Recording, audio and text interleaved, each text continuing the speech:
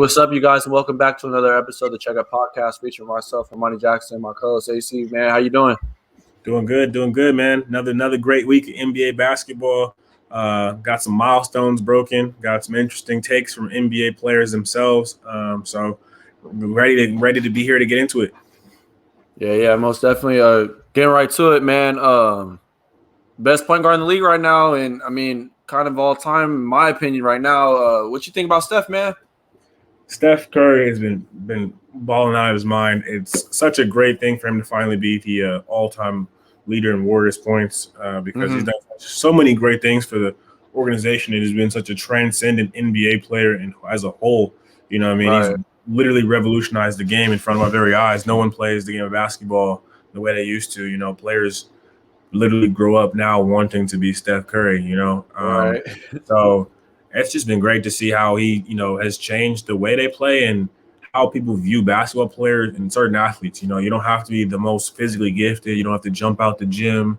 You don't have to be 6'11" or 6'8" and 250. Like you can achieve great success and be a great player and impact the game by having a tangible skill in another set. And he happens to be the best shooter in the NBA right now, and then the best shooter probably, and at the end of his career, probably the best shooter of all time, because when he is hitting that green light, nothing is stopping him. I think they had one statistic that I saw on ESPN that Curry has the most games of 10 plus 3-pointers of anybody in the NBA, and he has 18 of those games. And the next closest person has I think maybe 6 or 10 or somewhere. It wasn't even close. Yeah, man. That's crazy. Leaps and bounds. And I think Dame was on there and he had 6 games like that. And it was just wow, that's crazy. Curry really, really does that on a nightly basis. I remember being a younger version of myself, not really appreciating what he was doing to the game. I thought we were all haters at one point. I was definitely. I was a Steph Curry hater. I was like, bro, he's so annoying. All he does is run off screens and just shoot threes, and he be shimmying like he's really like that. He's not like that. I used to be one of those guys, but the truth is he was like that. He is like that. I may not have really liked the style at first because it wasn't what I was used to, and I just seemed so different, and he was beating on the style that I loved and the style that my favorite player was playing, but I couldn't hate it. You can't hate on the man. Right, you can't knock a person that's hitting. First unanimous MVP in history, that is saying something. People have never had a unanimous MVP, and he was the first one. Everyone agreed that he was the MVP. So it's wonderful. I think he is the greatest Warrior of all time, whether he retired right now or retires in another 5 to 6 years, wherever his career is. I mean, obviously we all talk about Wilt was great, but he's definitely the greatest Warrior of all time. But just tonight, just a great person off the court. Steph Curry is exactly what the next generation needed as a role model. You know what I mean? A guy that's exceptionally good at his job, at his passion, which is his sport and his craft, but is also a family man, is really really entrepreneurial, really giving back.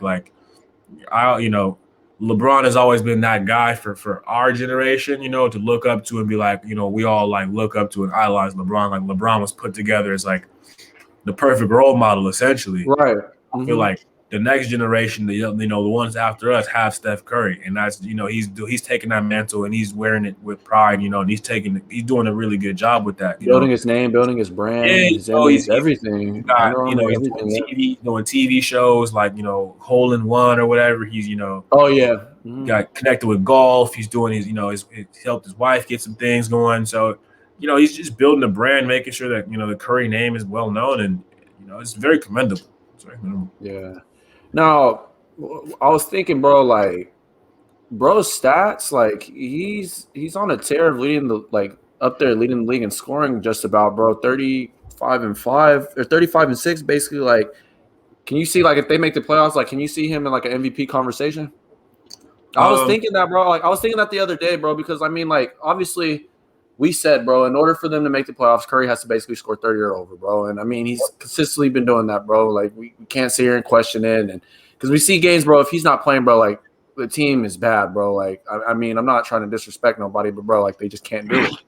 But I don't know. Like, do you see an MVP case for him and stuff? You know, If I'm being honest, absolutely. Because if you look at the oh, numbers he's being that slept. if you look at the numbers that Curry put up in his MVP season and the numbers he's putting up right now, Right. very comparable. You know, Mm-hmm. and I think that. But the one thing that people always forget is that MVPs are really it's really a storyline most of the time. Like it's not Right. always I feel you, about bro. like you know who's the best player, who's making the most impact on their team, who's the most valuable. It's like who's the best player who has the best storyline. Like the James, the Russell Westbrook year. Like obviously he deserved it because he triple double. The James Right. Harden year. I think James Harden was like James Harden's been top 3 in scoring every year, been a top 3 MVP candidate the last 3 years and hasn't gotten one. Mm-hmm. It's now our time to give him one because he deserves one finally. I Mm-hmm. think I think the two Giannis ones, I think Arguably, we could say one of Harden them could have won one, though, maybe. I think one of them was just the Antetokounmpo Greek freak storyline. Like you can choose between the first one and the second one. I think he deserved the Yeah, first because one. Harden The could have second got one's a one, little bro. dicey for me.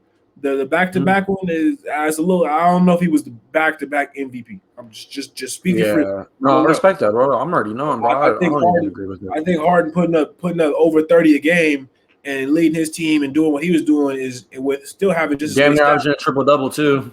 I just think that I would have gone Harden with that one, but I can't Yeah. really Bias, yeah. hate. Um, I think that Joel Embiid coming back, he got a case because he was making a case before.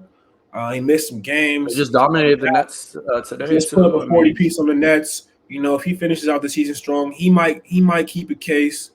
Um, I know that who else has a case? I was just thinking about. Nikola, who? Jokic, who? Well, I mean, Jokic definitely has a case. I just don't think Jokic has the storyline to go along with it. Denver Yeah. being not the most flashy team, them not being at the top right now. I could see like an MVP conversation maybe for like uh actually no, I was gonna say like what's the dude from Utah, Donovan Mitchell, just Donovan because Mitchell. he's the one seed. But I think he doesn't have Utah in that storyline isn't enough. You could definitely make I still think James Harden has a case, even though he's been out for some games. Mm-hmm. Luka's got a case. I'm not really sure where they're actually going to end up going with it because a lot of it, I think we're seeing a lot of the remnants of having a shortened offseason with a lot of our stars who have to play a lot of minutes getting hurt because they haven't Right. had much time to recover as they usually are accustomed to. That's That's why we're very seeing true, bro. a lot of our star athletes going down with injuries, whether they be a few weeks or even out for a while, like Jamal Murray. But I think we're seeing a lot more of the stars this year getting more hurt than we've seen in Yeah. previous years, which is why the MVP discussion is so kind of up in the air. Usually at this point in the season after the All-Star break, it's usually down to two guys. And it's one A and one B and whoever finishes Yeah, out. we always have that. Yeah. We always have an idea. I don't think that we really have an idea this year because Jokic, when he was going on a tear, his team wasn't even in playoff contention. And then we said Embiid got hurt. Giannis has been Yeah. I forgot about that. relatively Giannis. I mean, it's kind of like what I think But he's the going to but the start. Bucks aren't the hot team right now. Like They're not not the everybody's hot jumping team, on them. and I think that he's going to suffer somewhat the same way that Russell Westbrook has, where it's like, all right, bro, like I've seen you do this. Like I know you can do this. I know you can get 25, 11 rebounds and 5 assists. Like I know Giannis, you can do this. You've seen you do it the past 2 years. Like Yeah, bro. I've seen you get triple doubles the past 2 years. Like I'm not excited by that anymore, and I think that's going to happen to Giannis as far as like him in the MVP standings because people are going to be like, all right, like your game is still the same, and like I know you can do this. So what's next? People always want to see you like what's next in a player. Yeah. I think that's a problem too. I think James Harden still has a case if I do too. Healthy though. I think that case is like probably the hardest to argue, if I'm being honest, because of the time in Houston and then him missing games and Flopping over too, here in the bro. net here with the Nets. But then again, he was playing the most minutes in the league for any player while playing for the Nets because no one else was playing with him, and they were getting wins. Oh yeah, So I Kyrie feel was like he's out. got a very He's interesting recovering. case you can make because Yeah, he did a lot, and I think that's the reason why he's hurt now is because he was playing like yeah. 48 minutes a game. Like, come on, Burnt out right now. Yeah, he has to burnt take a out, break. yeah. Yeah. So Hmm. and I feel like they're just going to rest him and then just let kind of roll the reins. I really want to see when this team is going to get all three of them on the court, man, and everyone on the court and just play. Consistently So too, bro. like Like, yeah. every night they're never playing together. It's Hmm. okay. Kyrie's out. Oh, KD is out. Oh, Harden's out. Like, and they're never Hmm. all three on the court anymore. And even tonight when they play Philly, which we should be really scared about that game because Philly only won by like 7 points, but the amount of players who didn't play for the Nets It was a is landslide a lot compared to the other side. KD Yeah. didn't play, Harden didn't play, I Yeah. believe, LaMarcus Aldridge didn't play. See, Uh, bro, that's a big problem, bro. I feel like that could be that team's eventual weakness is them not having enough time played together. Chemistry wise, bro, it's killer, bro. Yeah, Yeah, posted about it on the Instagram page. It's just like, I mean, Jeff Green, Joe Harris, DeAndre Jordan, Shamit, Kyrie's the only star that was mainly on the court, bro. Like, I mean, yeah, he scored 37, but at the same time, you don't have no other firepower really besides, you know, possibly Jeff Green on this court right now Really. that I could mean, he help had a him, great bro. game though. Shooting 7 for 14. That's really good for Hmm. him. But that's average team. At But the thing best. I'm saying though is, bro, like they need consistency out of all three guys, basically, though, because I mean, we could sit here and say, okay, one guy's having a bad night, bro, but what if foul trouble happens or even so possibly injuries bear them, bro? Like that team's not going to be in top peak form, bro, to compete with the other firepower teams, bro. Like I mean, the Sixers, yeah, they won today, but at the same time, you never know what you're going to get on a given night in the playoffs, bro. That's It's true. just real. It's true. So I mean, Miami Heat, if they slip into the playoffs like we were hoping they do, you're going to be up for a matchup nightmare of defense and just rushing through the court up and down, bro. So, I mean, they got to figure it out, bro.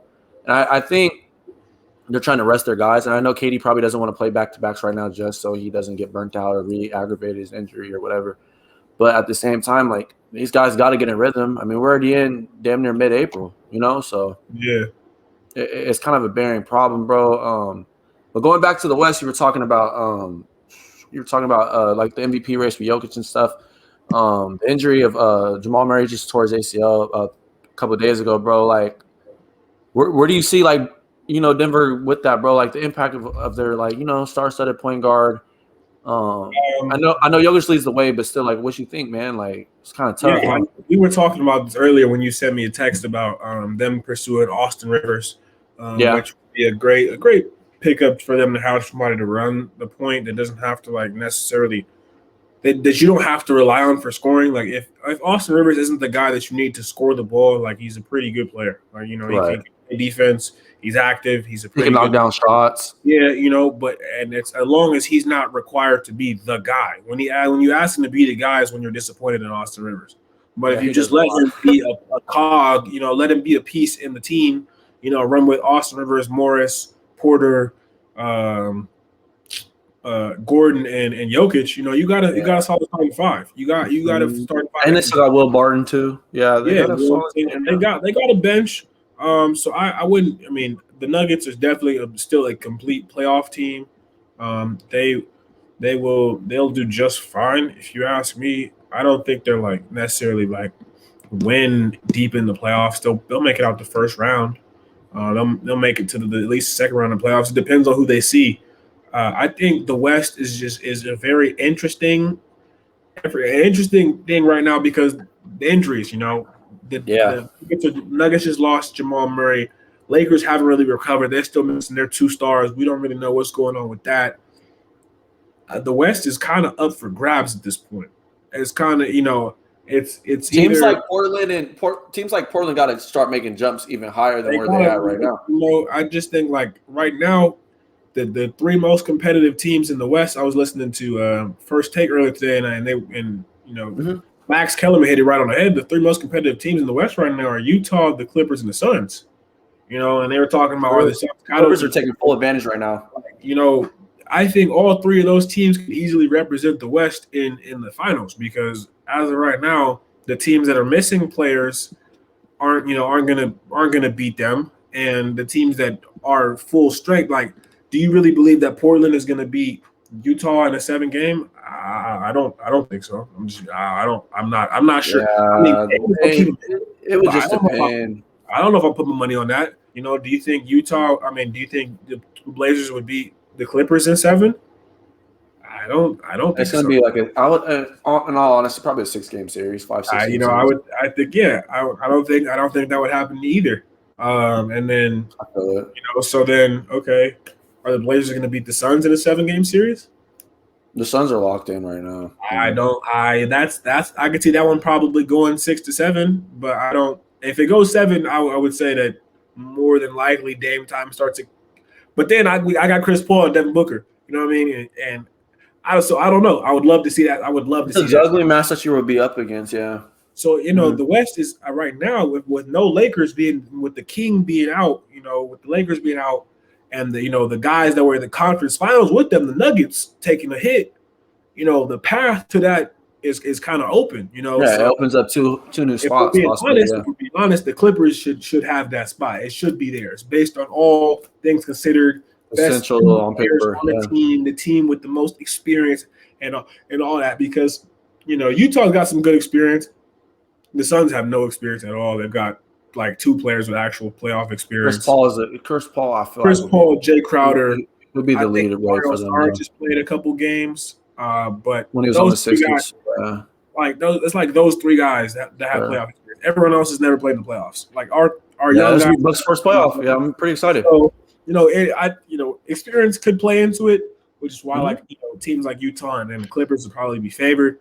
But hey, man, if the Clippers don't come through and deliver this year and show that they are it and that they deserve, I think Kawhi might walk, man. Hey, I'm gonna be honest with you. If they don't at least, he's looking like he wants to resign, but I feel like he's gonna walk too, bro. Just because, bro, like it basically will prove like it's a flop. Like if they don't achieve what they came to. Okay, let me put it to you this way: if they don't make the conference finals this year, Kawhi walks. I promise you that. If he has to, bro, because finals, what more do you do for him? That's true. But if they make the conference finals, I feel like he might stay. He might stay. It depends on how they lose, who they lose. It's like, okay, we're this close to. Yeah, he'll figure it out because Kawhi's built. And who's the reason why they lose? If it's because there's different reasons why you could lose. If the Clippers lost because, let's say, LeBron and AD were just better and were playing on a greater level than them, that's one way to lose. You can't be mad at that, though. That's a matchup. But losing because Paul George wasn't Paul George is a different kind of losing. You know what I mean? Like losing because your co-star didn't show up versus losing because the other people were just better than you guys is a different kind of losing. If they lose because they're better, Kawhi probably would stay. I don't think Kawhi really wants to bounce around like that in his career and be the guy that's always all over the place. Yeah. But if it's a case where you get to the playoffs and Kawhi giving you his usual 30, 7 rebounds and 5 assists, and Paul George is putting up 12 points in a game 6, he probably bounces. I probably would too. Like I couldn't do it no more, man. I done tried 2 years in a row now. I'm not signing nothing done, bro. Yeah, it's a problem. Yeah. So the West is exciting, man. Like it's really anybody's game. I mean, the Mavericks are climbing, but I think this is a perfect transition segue into our other topic we wanted to talk about, which was the playing game. We heard about the Dallas Mavericks, Luka Doncic, talking about how he felt about the playing game that the NBA has implemented as a result of the success they felt they saw from the playing game last year in the bubble. And the playing concept in the bubble we were all excited for, mostly because we felt that we'd been robbed of some significant NBA basketball games. The season had been right. So it was really exciting to see. We were just excited to get NBA basketball before the playoffs started. Right. And so I think that that's why the views and numbers were so up there. Also because there, everyone was forced to not watch sports for like months before they can watch the bubble. Um, but I was excited for the play-in game before it's finally been revealed as to how it works. And the more I read about it, I'm not so sure how I feel about it. Just being frank, I am a guy who is always on the side of the players. As a guy who wants to be an aspiring NBA or NFL agent, I'm always on the side of the players. Mm-hmm. And as a player, competing in a 72 game season, to end up Condensed. where you end up. You do all this hard work to be. This is the end result. You earn whatever spot you get, and it's 1 through 8, or 1 through 8, and you live Right. with that. Either you get it or you don't. Um, but now it's like, okay, well, I got the 7th seed, but my seventh seed, I have played the 7th seed. Now I got to play the 8th seed. And if the 8th seed beats me, they take my spot. And now I'm the 8th seed. So it's like, okay, I'm not even safe at the 7th seed, because then the 9th and the 10th seed play each other to decide Mm-hmm. who plays me at the 8th seed to get my spot. And if you get caught slipping twice in a row, that you could be easily out of the playoffs. And I understand from a league perspective, because if you can see, with teams in the East, like they're so closely compacted together. You got 29, Miami 27, right now, 28, 27, 26. Like they're all close. In the West, it's even more so. The difference between the teams in the playoffs and the teams that aren't in the playoffs is essentially a one game thing, and that's usually how it is every season. It's a 1 to 2 game thing, and that's why the West is always so tight. So I think they're trying to give teams an extra chance to prove themselves that deserve to be in the playoffs. Right. I can see that being cool because it's going to create a lot of storylines, but I can also see that being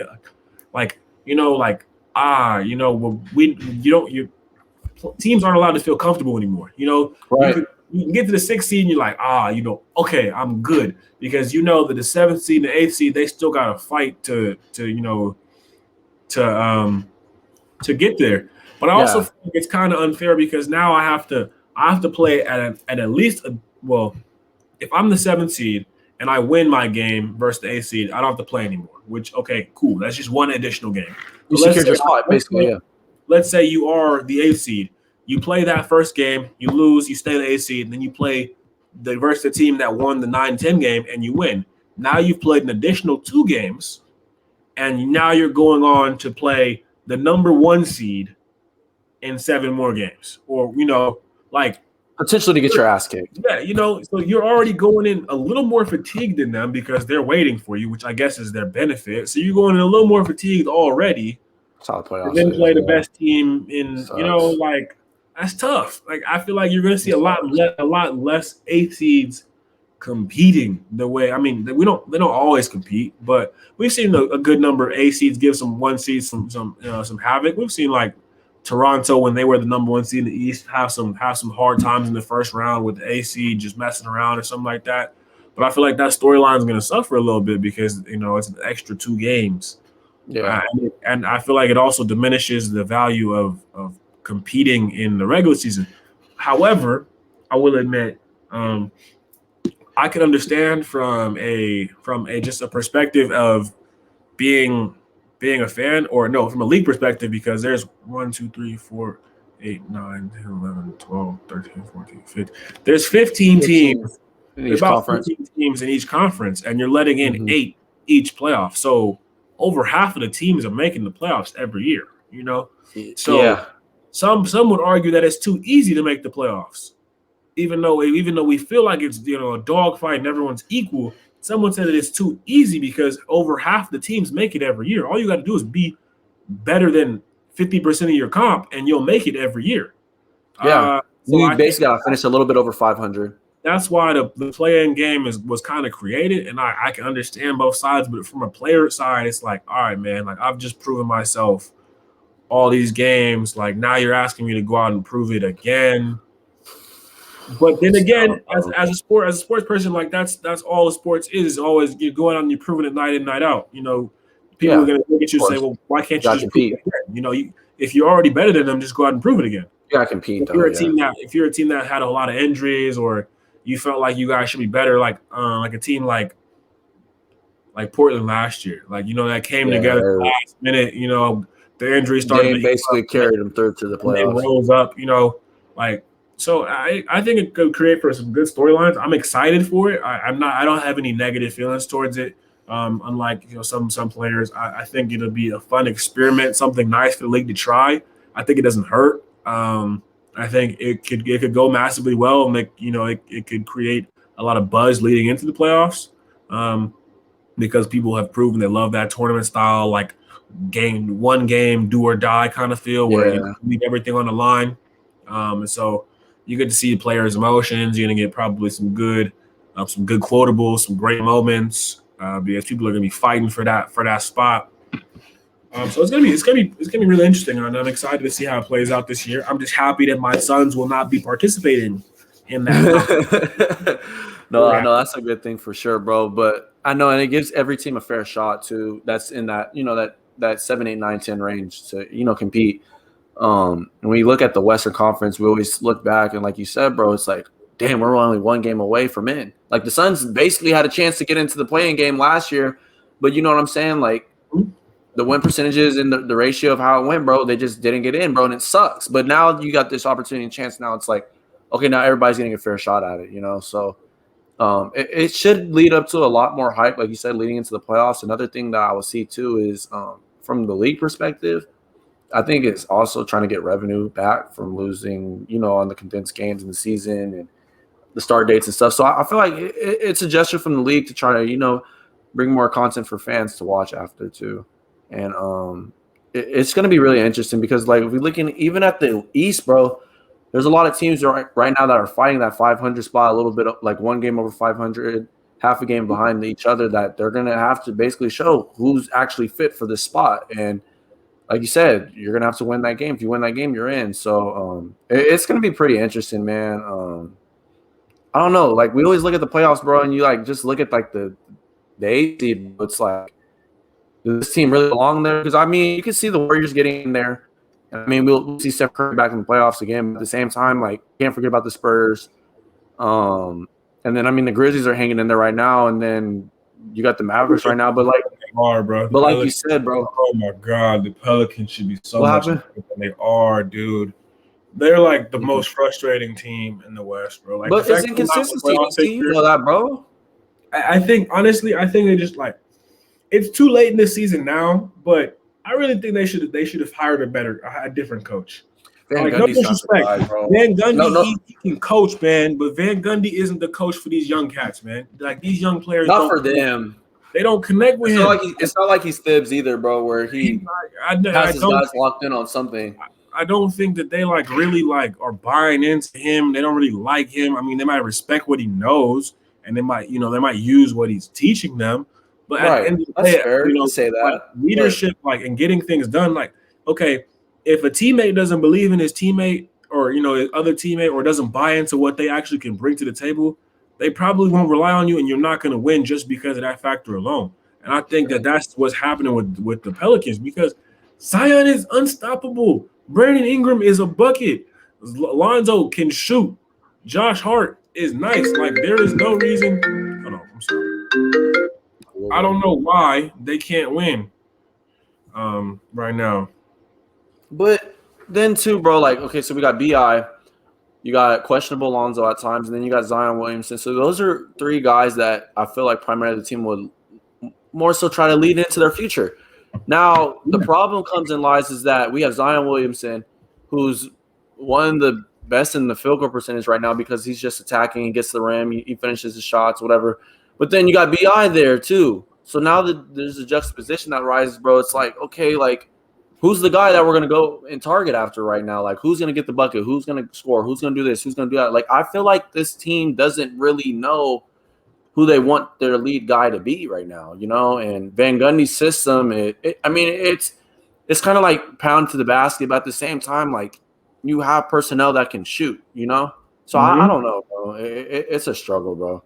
I just feel like the only thing this team is lacking, man, is is just to close the game, to just Yeah, they have many finish lapses, the bro. They game. have lapses. Yeah. They will blow leads in so many games, and it's like, well, just why? Why are y'all They blowing be this? up 15 going into the fourth, They'll bro. be I'm up telling 15. you. They'll be up 20 in the second, and they'll be up 20 in the third quarter and end up losing the game. It's like, why? Because they have everything they have. Like, okay, if we're being honest, they have everything they need to compete. They are better. If you ask me, the Pelicans are better than the Grizzlies because the Grizzlies Yeah. without Jaren Jackson, they're better than the Grizzlies. They're probably better. They're better than the Spurs, but they don't finish games. They'll be in games and they'll all put there should be no reason that they're losing that game right there. Zion's putting up 25. I bet you Zion put up 25 and was shooting at least 60% from the field. Bi probably put up 28, shooting probably 40%. But like some of these other guys just don't. They have How do you games. feel about Steven Adams on the team? I never asked you that. How do I feel about what? Steven Adams, like obviously, yeah, you got Jackson Hayes. He's like a young, promising center that they're looking at. But at the same time, like, how did you like the addition of Steven Adams to the team this year? Like, how do you feel about that? I feel like Steven Adams is kind of exactly what they need. I feel like he's the perfect kind of center to roll with Zion because he doesn't attract any attention on the offensive side of the ball. Like you don't have to. You're not sharing the low post with someone else who needs to eat. Like Zion gets to eat like wherever he wants, when he wants, because Steven Adams will get out the way. But he'll be there for the rebound, and he'll be there for the putback. But he's also one of the best centers at rebounding and distributing. Yeah. When Steven Adams gets that ball off the rebound, most times he's not looking to put it back up. He already looks and he knows he's open. He's either going for that long, deep pass or finding a guy to kick out to, which is good when you got guys like Lonzo who are shooting great this year, Josh Hart, Nickeil Alexander-Walker, guys who will be on the perimeter who can knock down shots. So I think he was a great pickup. I'm glad he got out of OKC. I mean, I wish he would have stayed a little bit because he was a great Thunder player. But OKC is moving young. I think Steven Adams is a good player to let Jackson Hayes kind of mature under. Because I don't know if you consider Jackson Hayes to be ready to be a starting center right now. I don't think so. Have enough. I wouldn't say he has enough in a game. In his game to offer a full, like 25. I mean, a full like 30 minutes of worth of starting play. Like his offensive game isn't as polished as most, starting centers. Yeah, bro. Of course, yeah. But then again, obviously Steven Adams doesn't have a polished offensive game either. But he makes up for it in different ways. He makes up for his defensive play and his offensive rebounding. That's how he earns his minutes. And he can shoot free throws. He's not one of those centers that can't shoot free throws. So, but the Pelicans, they have a team. I think that if they don't find the success they find this year, you might find the team and the coach just mutually separating and them going on for a different route and hiring someone else. I don't have a recommendation as for who I would recommend right now. I could probably think it's tough right now, coaching market. Yeah. There's some good coaches that need the job. Of course. Yeah, it's kind of tough. Another team, bro. Like, I know we're gonna wrap up soon, but looking at like the 10 seed in the East, like with Chicago, like, do you possibly see like this win now situation that they're trying to get into? Like, I wouldn't say it's a full. I don't think it's a full win now situation, but I think it's a full steam ahead to make the playoff situation. I believe that. I don't think they're not prepped to win to actually be competing with nobody. Like picking up Vucevic was nice. He's all-star to play with. He's a great offensive player. Like he's easily the second best center in East, but nobody talks about him. Because he's underrated, very underrated. He's made All-Star game. Yeah, so he played in Orlando, so nobody talked about him. Get into the playoffs, 8 seed. The Bulls are just another team where they don't have that veteran leadership. You know what I mean? Like Zach LaVine. Yeah, he's the only vet. And now Vucevic are like kind of your oldest guys, and those guys don't have the most experience in the playoffs. Like Vucevic has been in the playoffs, I think, 2 times in his career now, Two in twice. a row. They went. Last Yeah, 2 the years. Mavericks have been 2 in a row. Yeah. And I mean, they got swept in the, and I think they got swept last year. They Like, no, I think they got a game or two on the Bucks, I believe, in the bubble. yeah, no, the bubble, yeah, they did get a game, but Yeah, they lost in the but first round still, yeah, last they 2. lost. They We early don't exit. have a whole lot of playoff Yeah. experience, and neither does Zach LaVine. I don't think he's actually been to the playoffs ever as a player. Because he wasn't. I don't think when he was with Minnesota. They never went to Minnesota, and he's been on the So Bulls yeah, he since hasn't the been. trade. He hasn't So been to nothing yet. that whole team, like, we got to look at this full roster and see if we can really think of any of these guys that are actually. I'll pull it up right now. I got you, bro. I got it. Okay. Yeah. See if any of these guys are actually playing that have any playoff experience, because like they're a team that is really close to the. They're like a few games out of the A seed right now, but my thing is if they get to the playoffs, who's gonna make that difference in the playoffs? You know, Zach Right. LaVine, Vucevic, Markkanen is young, never been to the playoffs. Kobe White is a complete rookie. Daddy is young, he's a cool player. Yeah, Kobe White's only in his basically his second year. Yeah. Patrick Williams is a young player. Tyson's been in the playoffs, but he's not a guy that impacts playoff games like that. And so it's like be listening to Adam Tice for his information like that. Patrick Williams, again, young player. Garrett Temple has been around, but he Denzel Valentine never been in the playoffs. So it's a lot of they're all young, yeah. Playoffs that are really young, and so my thing is, do they have the experience to finish this like the last stretch of games out? Because they're close, but I don't know if they have what it takes in the tank to finish out the season and get in. But see, now this is what I mean. This is what I mean when I say the thing about the play-in games, because this is a team we're looking at where we're like, okay, they don't have a whole lot of experience.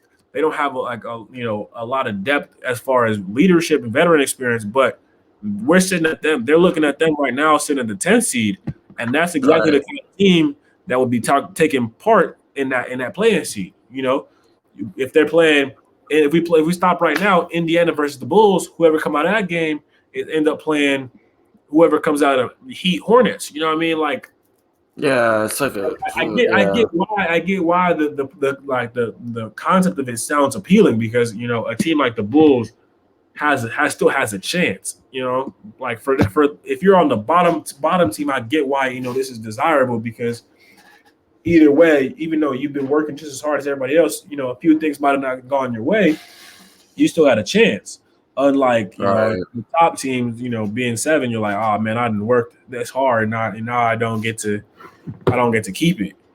Yeah, it's a struggle, bro. Yeah, and that's the thing, bro. Like, I think with the situation that they're in right now, bro, like this season's gonna be the determining factor to see if anybody is even attracted to going to Chicago or even have relevancy to be like, hey, you're the next piece that we need to possibly help get us to the playoffs and to be back relevant to Chicago Bulls basketball or to what they seek out. So it'll be interesting to see looking in the future. You want to wrap us up? Oh yeah. Thank you guys again for tuning in. This is one of our shorter episodes. We just wanted to get out, get some good content out there. Mm-hmm. Definitely got some things already in the works for next week. We're going to be focusing on the drafts for both NFL and NBA next week. Probably have an idea. We'll be talking about what we want our teams to look like, what players we think are high on the list to watch, some sleepers that we're just fans of, players we've been watching since high school that we're just personal fans of that we think are better than other players. Yeah. A few people I'm just like, yo, this dude is nice because I've been watching him forever. So we got some good things coming up. I know I'm gonna be having a new background here soon, so I might have a new setup by the time this next episode starts. You never know. I'm gonna be moving soon, so if not next episode, the one after that will have a whole different look to it. I'll be in a new space. So exciting things, but thank you guys for sticking with us, for supporting. Be sure to like, if you're new here, please subscribe. If you love our content, feel free to share with your friends, or just do a little screen grab and post something that you liked or we said and put it on your social media and tag us. Just little things matter, and helps us reach new audiences and introduces our content to new people. And we never know where this can take us. That's why we do it every week, and we're also just because we love talking sports, and we're friends. So, what more Yeah. can we ask for, right? Right. But that's it for us from this week, and we look forward to seeing you guys next week.